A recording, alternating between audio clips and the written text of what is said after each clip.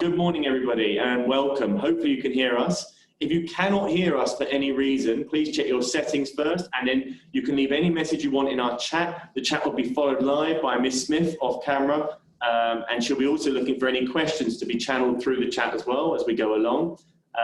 I'm just here to say hello and welcome to what is another wonderful parent workshop. This one is running alongside another one, so hopefully you're at the right one. This is the importance of play for early years children. The other one is EAL, so English as Additional Language, with Mr. Norris and Mr. Collier. So if you are in the wrong place, do go back to the newsletter. There's another link if you need it for the EAL workshop taking place at this point as well. Needless to say, it's going to be a fantastic one here. We've got the importance of play in early years. I, for one, am all ears. I've got an 8-month-old of my own, and I know we're going to talk about from birth to the end of maybe age 5. Would that be right, Jenny? Yeah. So I'm going to be all ears myself, but I'm not going to be talking very much at all. Instead, we've got 2 wonderful leads next to me here. We've got Miss Jenny Benali on my left, who has been at the school now for 5 years and is a head of nursery for our school. Good morning, Jenny. Good morning. And to my right, I have Miss Aisha Monks, who is also working in early years at the moment. She's our 9th teacher, so she gets to see both nursery and reception. Good morning, Aisha. Good morning, everyone. And so on that note, I'm going to hand over to them to make a wonderful start. Enjoy it. Welcome, everybody. Thank you so much for joining us today. The importance of play and the emphasis placed on play is something that you'll find that most early years educators are passionate about. And we look forward to sharing some more information with you about it today. Okay, as Mr. Stallwood said, if you have any questions, please type them into the chat as we go along. And at the end of the presentation, we can go through them and answer any questions that you do have. Okay. So this workshop today is going to be looking at what is play and how we foster play in a school environment and achieve the learning outcomes. We'll also have a chat about how you can support play at home, and I know lots of parents are curious about when to intervene in play and when to stand back and just allow children to engage in play on their own. And then, like I said earlier, we'll have any questions that you have and a discussion at the end of the presentation. So there are many definitions and theories and beliefs about play. Play can be quite simple and it can be highly complex. In the EYFS, play underpins everything we do. As research informs us, play helps children develop language skills, emotional skills, creativity, social and intellectual skills. And a common definition that a lot of early years practitioners believe in is an activity done for its own sake, characterised by means rather than in ends. And in other words, the process is more than important than the end goal. And you'll see a lot of this represented throughout some of our videos or through Seesaw that we share with you, how the children are working through these processes in their play. It's the first thing to start with play is it's about the people who are working with the children and to have a strong image of the child, that we see them as powerful, competent people. And if we have that strong image of the child, it means that we are able to provide the right environment that sees them and allow our environment to really extend their learning in that way. As we see them as competent meaning makers, creative thinkers, and it's about our job to respond to this amazing capacity that children have to learn. Play for us is not seen as a break from learning.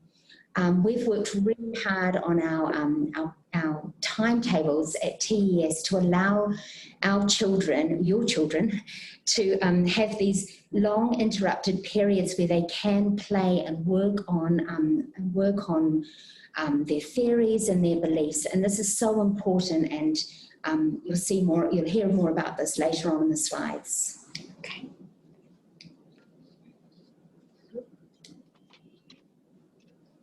Sorry. Okay, so we're going to just have a little talk about why play is important. It's a powerful medium which strengthens and supports children's learning and development. When children are playing, they're learning at the highest level. They're problem solving, they're questioning things, they're practicing things they've seen before, and it can extend all areas of their learning. It's open-ended and it allows for increased student agency, so independence. Children want to play, so it's natural and spontaneous. It can take place both indoors and outdoors, and these in different environments allow children to explore and discover their immediate world in a range of different contexts. Play allows children to practice new ideas, take risks, show their imagination, problem solve, both on their own and increasingly with others. It's universally seen as an important way for adults to support children's learning, and there's been a wide range of extensive research on the area showing that it's the best way for young children to learn. And we in the early years at TES are constantly trying to think of ways to increase what it says here, student agency, ways for the students to have control and ownership of their learning environment. Because research tells us that if they have this ownership of their environment, they're going to be able to, when they're adults, they're going to be more involved in their communities, they're going to be better at making decisions. And so we want to really empower them to know this is their space, their area where they can safely work through their ideas and beliefs. Okay, so here you can see the stages of play. Play is, there's 6 different stages. At the top that you can see the developmental ages that children will start to demonstrate these different types of play. So there's unoccupied play, solitary play, onlooker play, parallel play, associative play, and social play. However, they all overlap. So sometimes, even at 4 years old, a child might be doing solitary play. It depends on the situation and the interest of the child. So you'll see different types of play depending on the context, what the children are doing, where they are, what they're doing. If it's a puzzle, they'll be doing it maybe quietly on their own. If they're playing outside, they might all be on the swing together. So it depends a lot on lots and lots of different things, and these ages are just a rough guideline. Even as adults, sometimes we want a little bit of time on our own, so we might be on our own, and other times we'll want to be around lots of people. So don't look at these and think, oh, my child's 4.5 years old, they should be social playing constantly, because no one's doing that. So they're just a rough guideline when you start to see these types of different play. So for us too, as educators, we will support and help your child if they're not, if they still struggle in social play. That's a time when we would really intervene and support them. We've got lots of ways to make it easier for them, and sometimes it's just a bit of confidence that they need, and we'll gradually build up situations to help them to be successful in social play or associative play.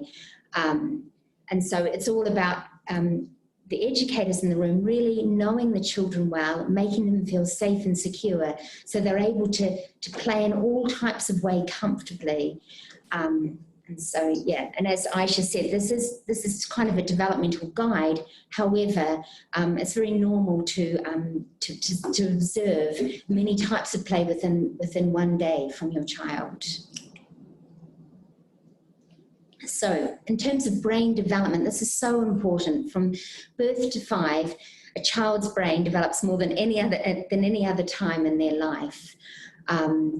So there's so much going on, and that's why repetition and practice are so important to ensure these foundational pathways for learning are well and truly in place. And this really helps to explain why children they'll often be at the Play-Doh table every day, or playing in the water every day.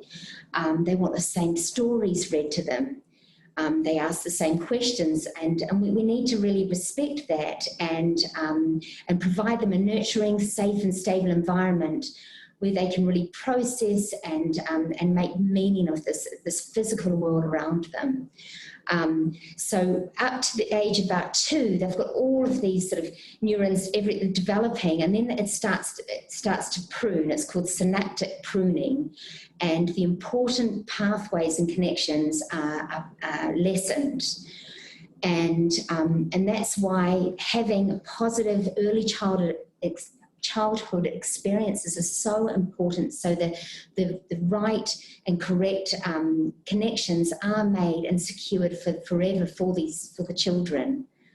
And there's sort of a diagram there you can see how it gets less and less as a person gets older. But there's a lot going on in their brains, and that explains a lot. It explains a lot of how they are and how they and some of their behaviours that we often see.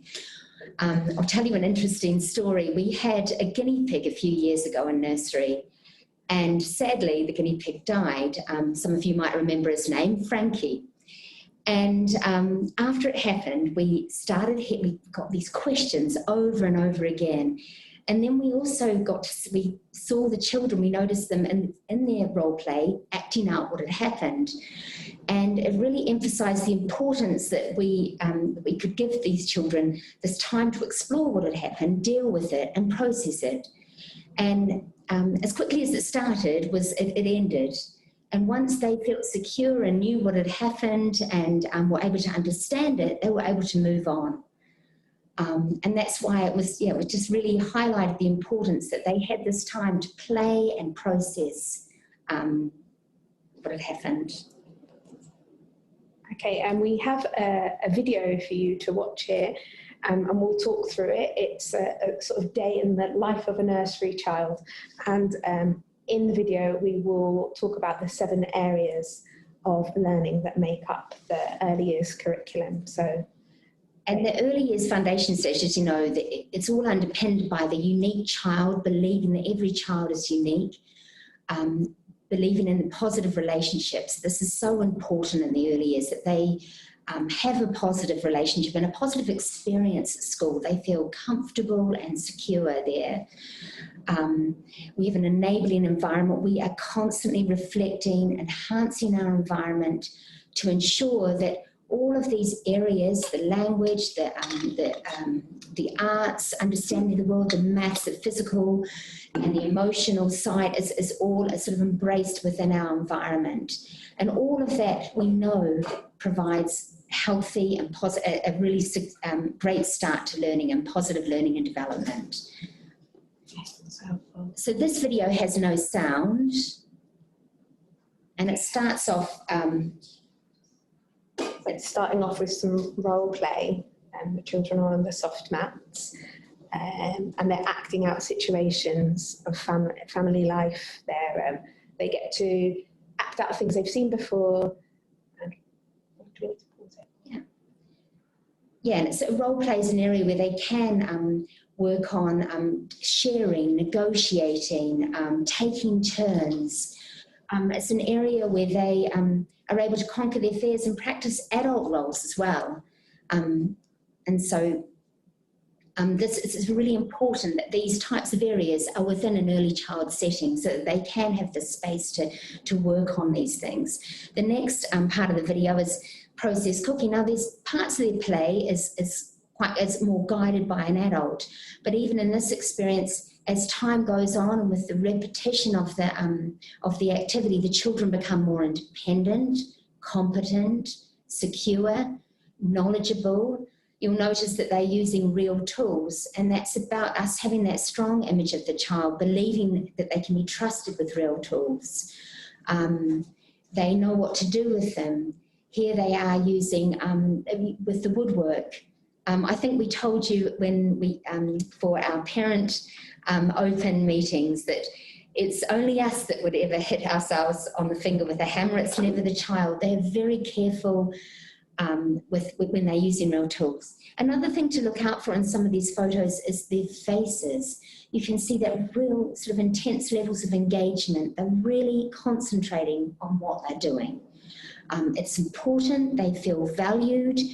and so I think their faces really demonstrate a lot of this. And here you can see in this part of the video, this little boy is playing with Jimmy, he's playing with a puzzle. Open-ended play is so important, but also it's really valuable for children to have activities that can come to an end, so the child can feel successful on completion of an activity. And you can see how engaged he is in making sure that all the shapes go into the right place, and he will sit there until he's finished it. And it's quite normal for children to, like as we were talking before about the repetition, to constantly do that puzzle over and over again until they really sort of master it, and then they'll move on to the next puzzle or the next challenge.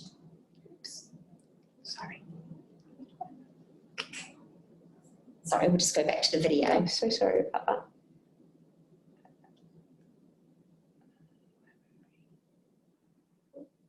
That's the next part. Yeah. And here the children obviously at the water table. Water is one of those sort of essential staples that we will have out most days. And when you think about all of those areas of learning, there's so much going on here. There's communication skills, negotiation, science, maths. It's just understanding the world around them. I think this part of the video is quite funny. I was actually helping the child put the water wheel back up, but sometimes it's quite good to put little problems into their play so that they learn and work out what to do. Because in life we know that we are going to face problems in life, and it's good to know how to cope with those problems.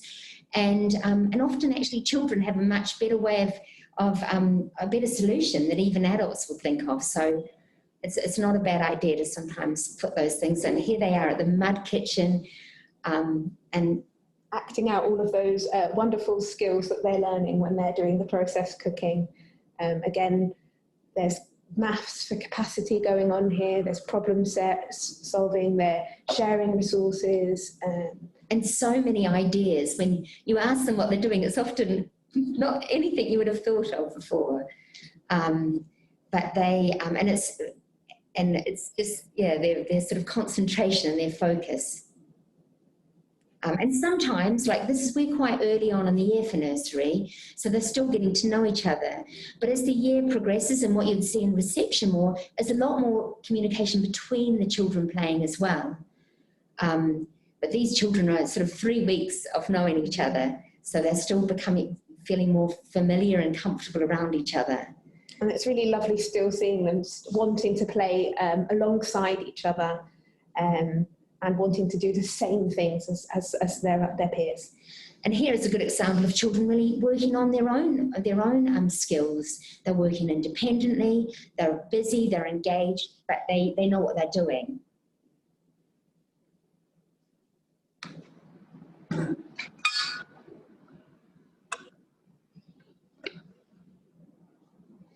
And it's all our environment set up to really work on independence. As you can see here, working on those important self-help skills, putting on their socks and shoes, looking after their belongings. And here we are in the sand, another staple in an early childhood classroom. And working on their fine motor skills, all of these skills we try to put within our environment, so they're working on them, practicing them every day. And it's also reassuring for them to see these familiar places always in their environment. It helps them to settle, to feel comfortable, and then to move on to what they need to move on to next. And it goes back to that, the repetition consolidates their learning, gives them security in their learning, so they're confident to go up and try things.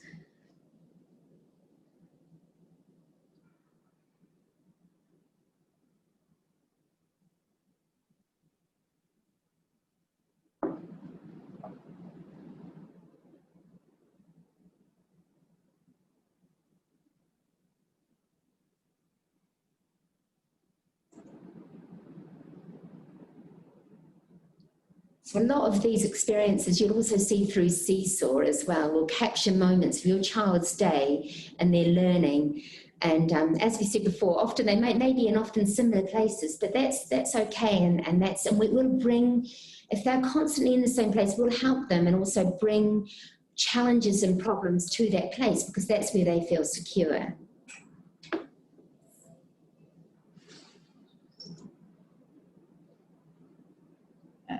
Just go back to the slide.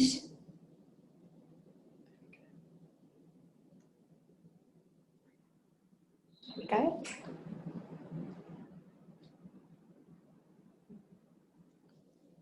Okay. Now, the characteristics of effective learning is how children learn, the way that they learn. And we've just put up some information here about the playing and exploring part of that, which is, but there's also, we see that when they learn, they're often active learning. That's how motivated they are, or they're creating and thinking critically. And that's sort of the thinking side of things. But all these are sort of interlinked, and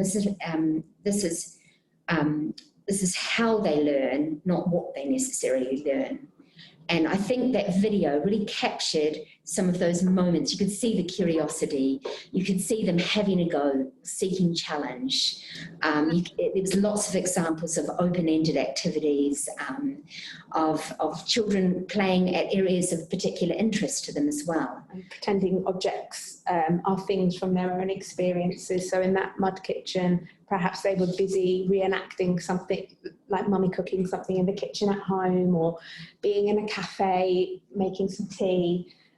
So yeah, they're acting out the things that they're experiencing in their daily lives. And this type, when they're playing, things like using objects for something else is very important for that later on, for abstract thinking later on. So being able to use a block as a phone or to represent something else is really important, because it will help them later on with with mathematics and things where they have to do a lot of abstract thinking. If they're able to do that in early childhood successfully, it means that later on they'll be more secure and able to do that.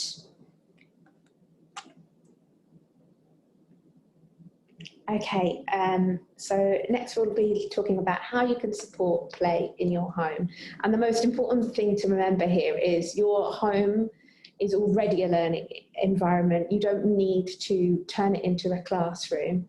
But we've just sort of compiled a list of some staples that you might want to have in your house that your child can access independently. So things like blocks and Lego, pencils, crayons, paper, recycled materials, dress up clothes or materials, fabrics. They love making dens or dressing up and acting, as Jenny mentioned earlier, acting out things they've seen before. Books, some of their favourite books, Play-Doh, which I think we'll share a very good recipe for Play-Doh later on. And Small World, whatever your child's interests are, maybe action figures, dolls, cars. It's really important to just, this time at home should be time that your child, it's not, you don't need to structure it, let them just choose what they want to do. It's sort of their free time to choose between the different options. And as well as giving your child time to play independently, it's really lovely if you have some time to play with your child, as this provides a great opportunity for you to model turn-taking, sharing, and provides you an opportunity to sort of develop those language skills in your home language and just really extend their play. I think that's really important what Aisha was saying about giving them some unstructured time as well. It's their time to really work on their theories and their beliefs and make meaning, and through any of these types of resources they can do that in their own way, in their own time. When my children were little, I remember having a small table in the corner of the room, and they have some of their pictures up there, and they could access some of their own, they could access their toys and their equipment, and it does start to take over your living room and your home a little bit for a while, but it's not for long. But it's just important that they can access it and feel comfortable, and to be reinforced with some of these materials at home. Quite often you will see children will play with a lot of these at home, and maybe not necessarily at school as well, or sometimes the favourite at home is absolutely what they want to do at school as well.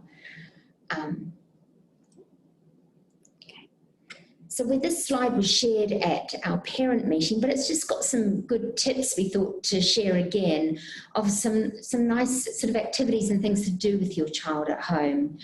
We're going to be sharing all of these slides in this workshop again, so you can take time to read it together.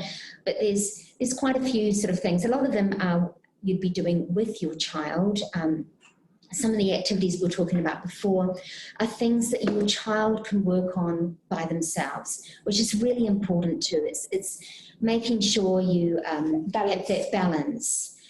Some children want a lot more time with an adult. They want someone to support them, and that's okay. And it's about gradually helping them learn to be more independent by themselves, whilst other children always want to be doing things by themselves. So it's sort of knowing your child and working out a good balance. Open-ended activities like blocks and Play-Dohs can allow for more time where they can be independent, and that's why they're good. Sometimes things like a puzzle or whatever that has a start and a finish, then they might ask for the next thing to do, unless they've perhaps got a big sort of set of them that they can work through. So these are lots of examples that are nice activities that you can do with your child as well. This is a poem actually. We've just put it into some more words about the importance of play. It's just a short. It's a nice summary of how important play is. So we'll just let you sit back and enjoy.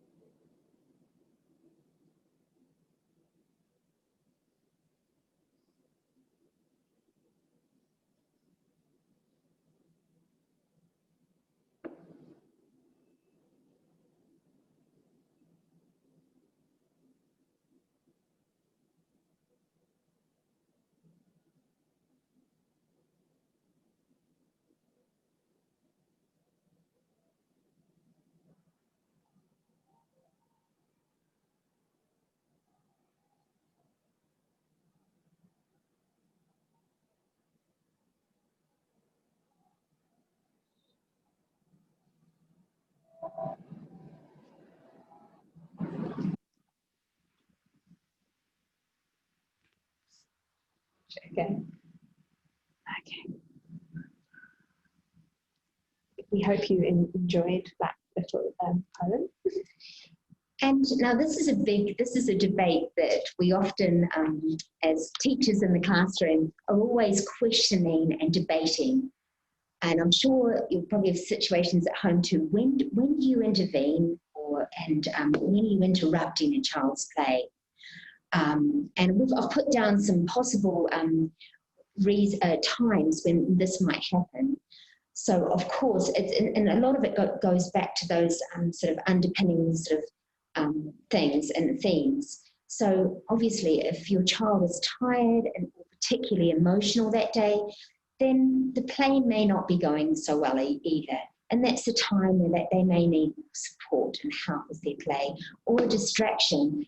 I think going for a walk outside of the park is often the best thing to do when you're at home and everything is not going well, or reading a quiet story together, just a complete distraction. You may even notice this on a play day with another child. Maybe a lot of it's maybe you've been really busy at that time, there's been a lot going on, and that child, their behaviour often will represent this through their play, and they just may not be as successful in their play. They've got a lot more problems, they need a lot more help, or they feel a bit more insecure. So knowing your child and us learning to know your child really helps us to foster and encourage playing successfully. Of course, in play we'd intervene and when their safety or welfare is at risk.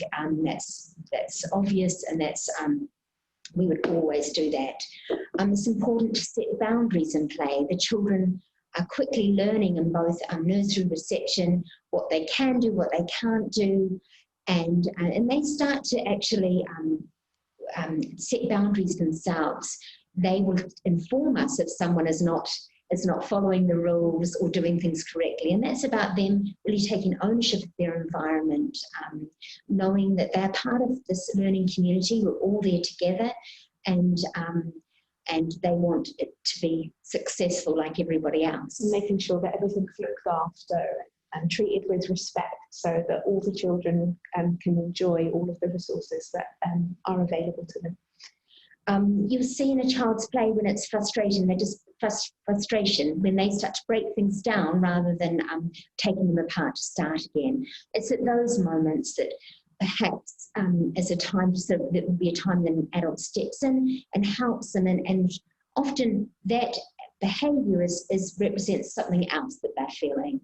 And so it's about taking a while, quietly talking to them and trying to work out why is it that they're feeling like this.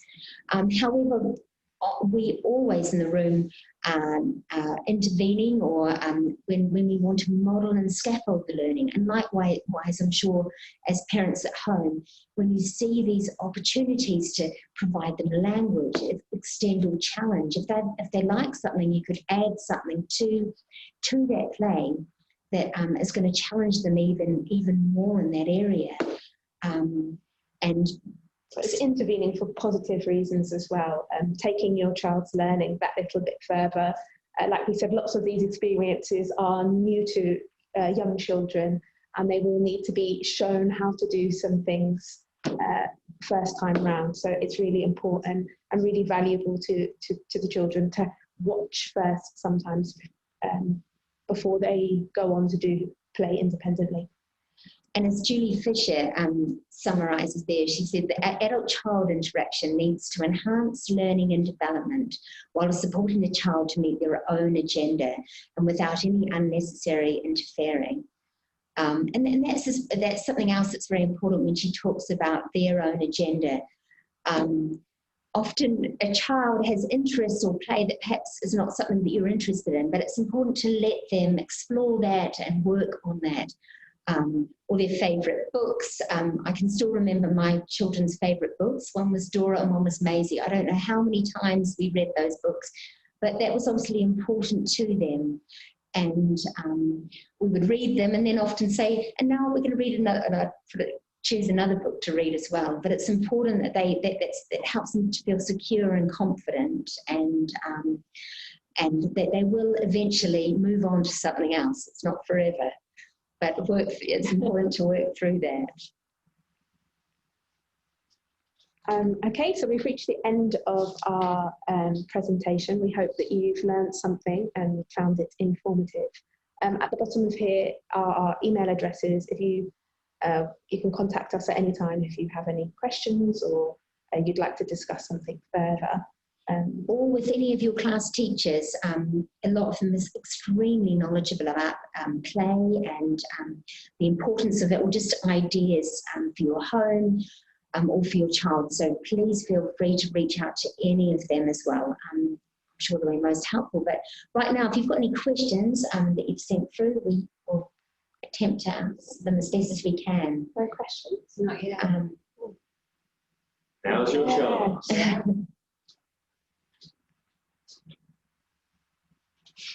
Well, perhaps there's some sharings that we can have here. Maybe you've seen some of these things already taking place at home, or you've done something that's worked successfully that you might want to share with the group as well. There's, when you sort of research into play, there's just so much out there about it. There's so many theories and beliefs, and but I think what we're all united on here is really valuing it, and we see many examples every day how important it is to young children, and how we need to and just we value children and respect them, but it's important for us to give them that space to play and to work through their sort of understandings and beliefs. No questions? Okay. Well, if there's not any questions, like we said, please feel free. You can email us with any questions, or as Jenny said, contact your class teacher with any questions. Oh, we've got a question. We've got some questions. Here we go. Questions. I understand that facial expressions are very important to a young child's learning and interaction with others. How are masks affecting this now? That's a really good question. Often when children are really focused on something, they bite their tongue. So we're really missing out on that whole when they're busy. But you can still tell from all their body language. If a 3-year-old is not engaged, they won't stay at an activity. It's that eye contact, that whole way that they're holding their bodies and in engaging in their play allows us to see. And also if the play stopped, now there are times, of course, with our routine where we do unfortunately have to stop what they're doing, and you'll see immediately the sort of frustration or the annoyance that they can't continue that activity. And that's why it's important for us to we often leave activities out there, and but we'll enhance them to make them more challenging, because we'll realize we actually have a reflection time at the end of the week where we ask them what they've enjoyed and what they've liked doing over the week. And when they tell us these things too, we know what we need to leave out, because they need more time working on this. And I think their eyes, you sort of get better at reading their eyes as well. That really helps us to see the level of engagement. But it's a great question, and I've seen around the world these face masks that are clear that some schools are using to really help with sort of language and phonics and being able to see the child better. I think it's that daily looking back at the planning as well, like which activities are the children revisiting over and over again, which ones have really got their interest, perhaps which activities they're not going to so much. So the children can really tell us by like how busy a table or a station is. If children keep going back to it, we'll leave it for a little bit longer. If if it's not being revisited, perhaps they've lost interest in it, so we need to add something, enhance it, change it. And we see them connecting to other areas of learning. We might be reading a story about something, and they'll represent that or tell you about it in their play. Or either objects or images or where they are. So, and that really helps us to understand, that was really important to them. They learned a lot, and we're seeing them transferring their learning. Great, thank you. Thanks, Jessica, for that question. We've got one more from Michelle. When do we know when it's a good time to introduce new games to children? This is something, it's about knowing your child. If you feel they are becoming more secure and competent with something, perhaps it might, and they need a bit more challenge. If it's becoming too easy, I mean, that's important. That's why they will often go back to that, because they feel comfortable, it relaxes them, they know they can do it. But that might be a time after that, I've got a new game to play. How about we try this? And playing it afterwards, because you know how to play that game well. Maybe we can try this game. It's sort of been knowing your child well and knowing. If they're sort of becoming bored or restless with a game, or you notice that their play is not as constructive as it once was, perhaps they're being silly with the game, then perhaps it's time they've got bored of it and they need to move on to something that's perhaps more challenging for them. And you do see, play's really interesting. I'm sure you see this at home too. You have moments when it all seems to be chaotic and loud, and you think, what's going on? And then suddenly it sort of moves direction, and the play becomes very complex. It becomes these amazing things because they've had time that come out of it. And so and sometimes you'll see that with games, perhaps they do get to a point where they're a bit bored with it, but then maybe it can take on a new direction, or they develop new rules or new ways to play the game. And that becomes through sort of mastering something and feeling confident with something. I think there's a lot of truth in sometimes less is more. You don't need a lot at home. I think it's very easy nowadays. There's so many things available, so many toys, so many games, so many books. But actually, you don't need a whole lot of that at home. That those staples can nearly be enough, and obviously having a good collection of books, which we do. We have a wonderful library collection here. But as I said before, often they will want to be taking that same book home. So you don't need a lot. They're quite happy to play with the same things over and over again, and that is important to them. Thank you. We don't have any more questions. Well, we really want to say thank you so much for taking the time to listen and to share this morning. If you're interested, our next parent workshop will be on assessment, and it's scheduled to be held on October the 6th and will be led by Mr. Aidan Storwood. And there'll be other workshops throughout the year that we hope you can take the time to listen to as well. But we really look forward to seeing all of you as well at our parent-teacher conference tomorrow. That's going to be a lovely way to share how they've settled into school and some of the experiences so far. So thank you very much. Thanks very much for your time.